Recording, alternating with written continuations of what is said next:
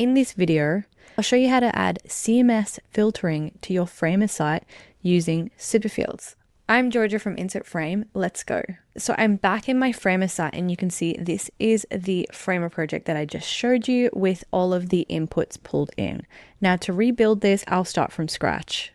Okay, so I've got a new page with my CMS added, and you can see that I've also added the Superfields collection here as well.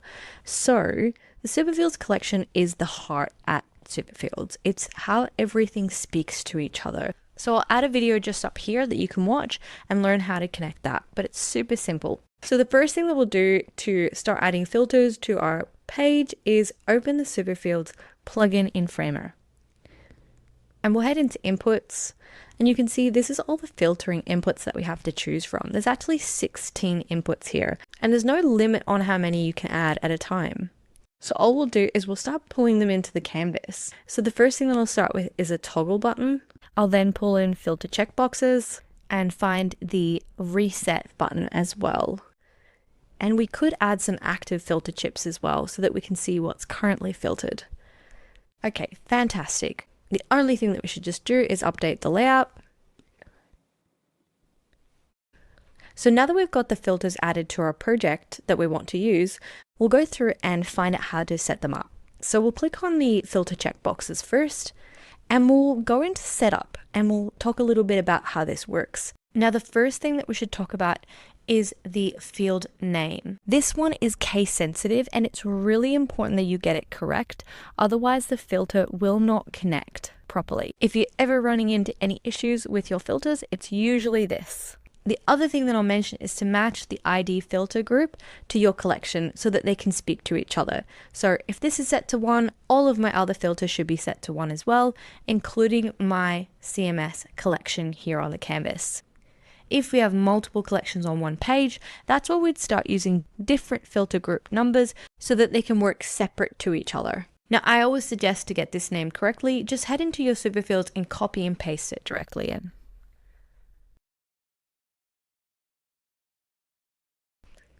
I'll paste it in here. Now here we can actually choose the field type. So if it's text, number, option, toggle, reference, or multi-reference. And if we click multi-reference, we'll actually get an additional drop down here where it asks us the reference title, but we'll choose text for now.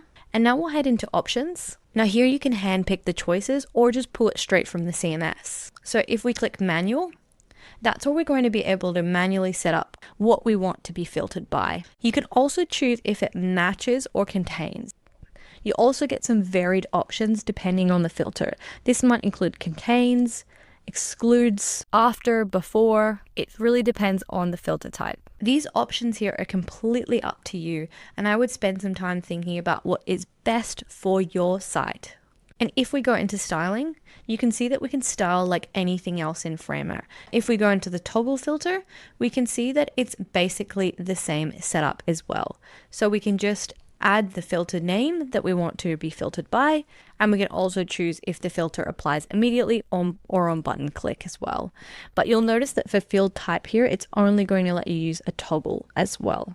So I'll paste the field name in here. And if we go into active filter chips, you can see it's actually a bit easier for the setup here, as it's not pulling from a CMS collection, but rather showing the active filters that are being filtered currently on that page. So we can just leave this as is, or we can update it visually and the options that are showing as well. For the reset filters button, it's very much the same as the active filter chips. There isn't much to set up here, but if we wanted to, we can go into options and we can choose filters, sort, or both. We'll leave it on both for now. One thing I'll mention is that you can't view the filters that are current on your canvas, but when you push publish, which we'll do now, you'll be able to view all the filters on your live site. Now, if you want to add more filtering to your site, you absolutely can. They all point to the same collection, so they work together automatically. I hope you've enjoyed this Superfields tutorial, and if you're interested in Superfields, you can find all the links below in the description.